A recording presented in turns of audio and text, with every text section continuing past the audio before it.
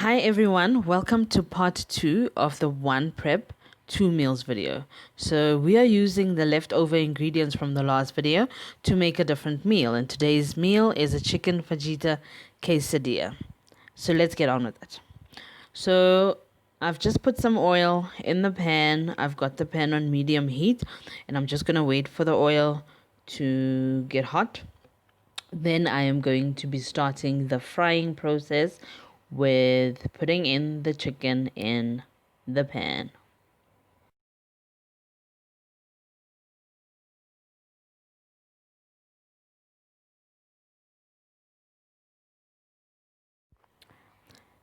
Now in with the chicken.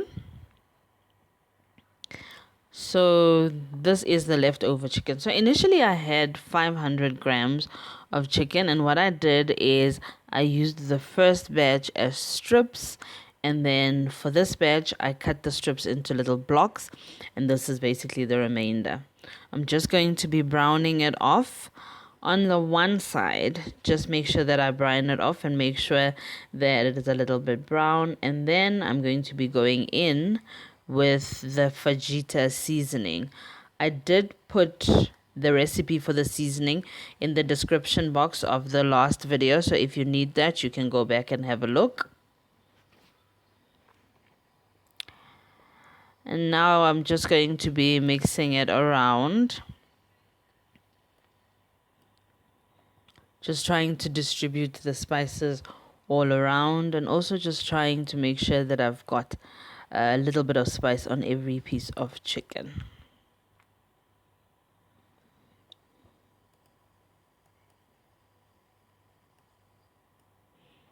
I was actually going to do a time lapse here to give you an opportunity to sneeze or cough or whatever it is you're going to do, because the spice is really, really potent when you are frying it off, but you probably don't need it.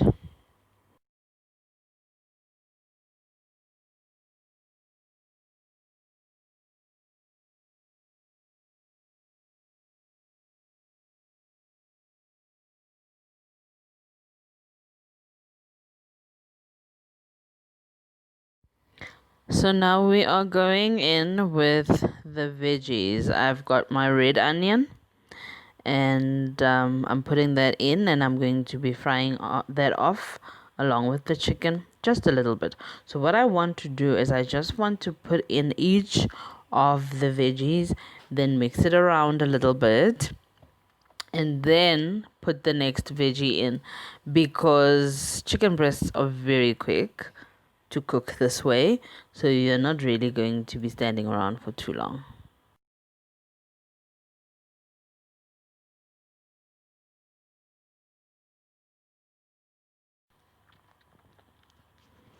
Just one more stir before I go in with the rest of the veggies.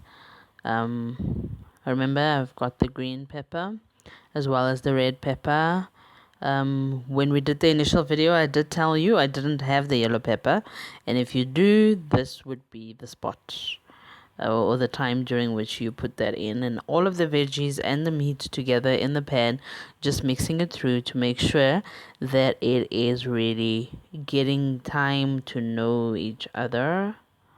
Yeah, and then I'm also just taking the heat down to low.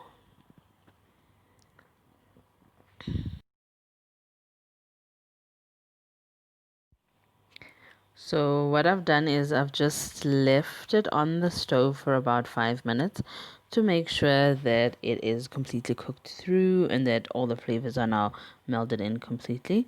So what I'm going to be doing is I'm going to be moving this chicken mixture onto a plate. As you can see, I've got a little bit of a chopping board situation going on there. I'm going to put the plate on, put the meat in the plate, and then I am going to be finishing off the quesadillas. I'm going to get the wraps, and I'm going to use the same pan that I've just used to fry off the meat. I'm just going to wipe it down, make sure that it's a little cleaner, and then we are going to go on with the rest of the process.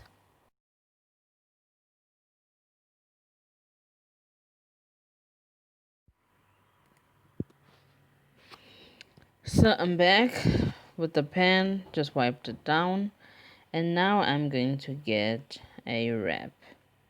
This wrap of mine is a little bit disfigured, but that's not a problem. We're going to eat it anyway. Just try and make it a little bit straighter. And then I'm going to take the meat and veggie mix and put it everywhere on the surface of the wrap. So I don't know why I've got tongs. I don't know why I'm using tongs, but anyway, just use a spoon or something. It'll be easier for you to do.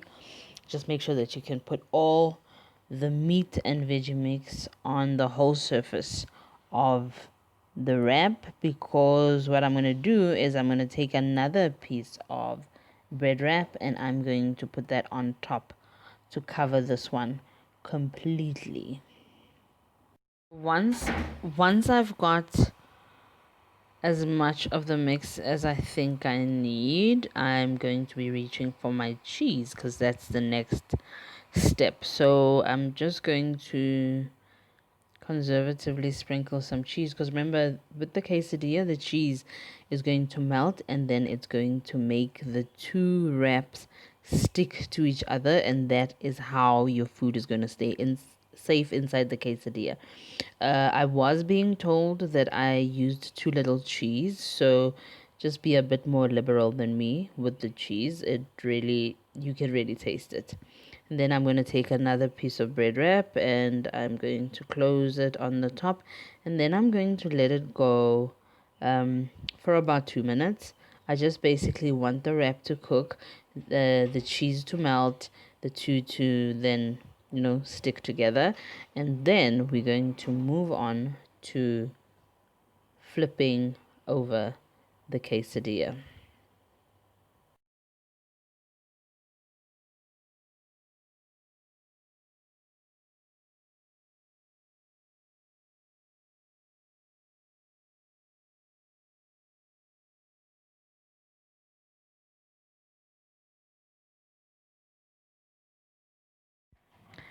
Now the quesadilla is done cooking on the one side, and now I need to flip it.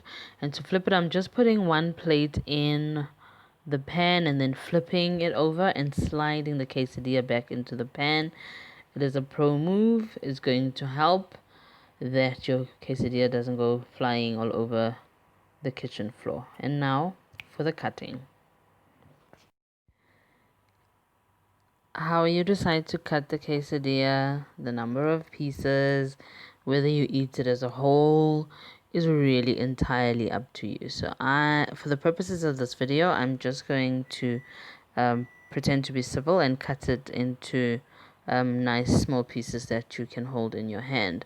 I have also got a little bit of garnishes on the side. I've got some sliced jalapenos, I've got some sliced avos, as well as some cherry tomatoes and a little bush of coriander on the side, and that is what I'm going to be serving the quesadillas with. Thank you very much for watching this video. Remember to like, to give a comment, remember to also share, and see you again next time. Bye.